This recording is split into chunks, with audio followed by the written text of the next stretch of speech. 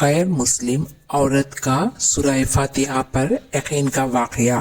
عرب کے قبیلے میں غیر مسلم شادی شدہ عورت رہا کرتی تھی جس کا شوہر بہت بڑا بزنس مین تھا۔ ایک مرتبہ اس نے سنا کہ ملک عرب یعنی مکہ میں اللہ کے آخری نبی جو اللہ کے محبوب نبی ہیں، ان پر ایک سورت نازل ہوئی ہے جس کا نام ہے سورہ فاتحہ، جس میں ہر بیماری سے شفا موجود ہے۔ وہ جس پر بھی دم کی جاتی ہے یا پڑھ کر پھونکی جاتی ہے وہ انسان اچھا ہو جاتا ہے، یہاں تک کہ اس میں بے شمار برکات ہے۔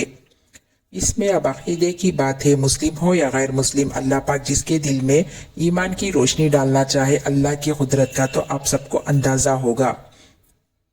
کسی شخص سے اس عورت نے سورہ فاتحہ سیکھ لی، پھر جب اس نے سورہ فاتحہ کا ترجمہ پڑھا تو اس کے آنکھوں میں آنسو آ گئے۔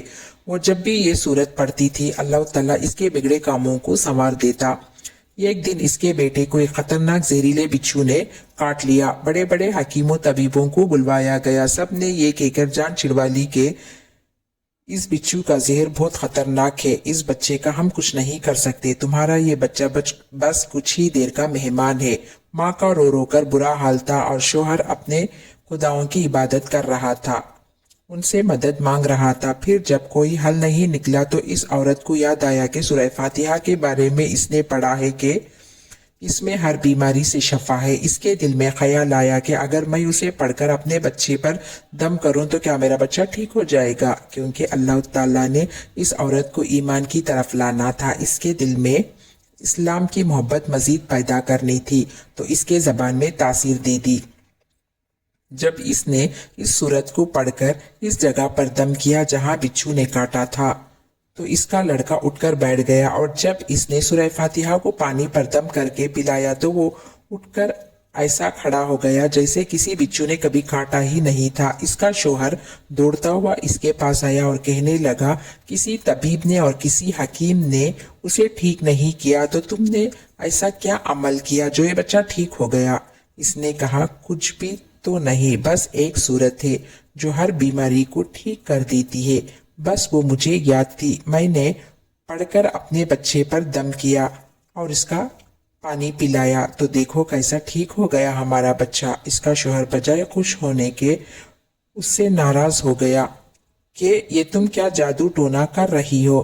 اس کی بیوی کہنے لگی، زندہ صحیح سلامت ہے ہمارا بچہ، ورنہ ہم سے بچھڑنے والا تھا۔ اس نے کچھ نہ سنا اور اپنے بیوی کو ڈانٹنے لگا کیونکہ اسے اسلام سے نفرت تھی۔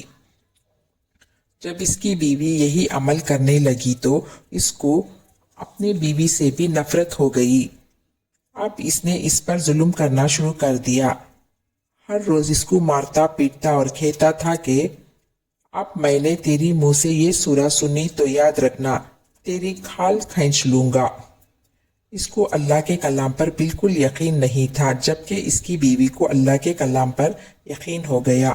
اب اس عورت کو اللہ تعالیٰ نے کسی طرح مدد کی، یہ بھی بڑا ایمان افروز ہے۔ اس عورت کا شوہر جب گھر سے کام کرنے کے لیے نکلتے وقت جب اس نے اپنا جوتا پہنا تو اس میں وہی بچھو موجود تھا جس نے اس کے بیٹے کو کاٹا تھا۔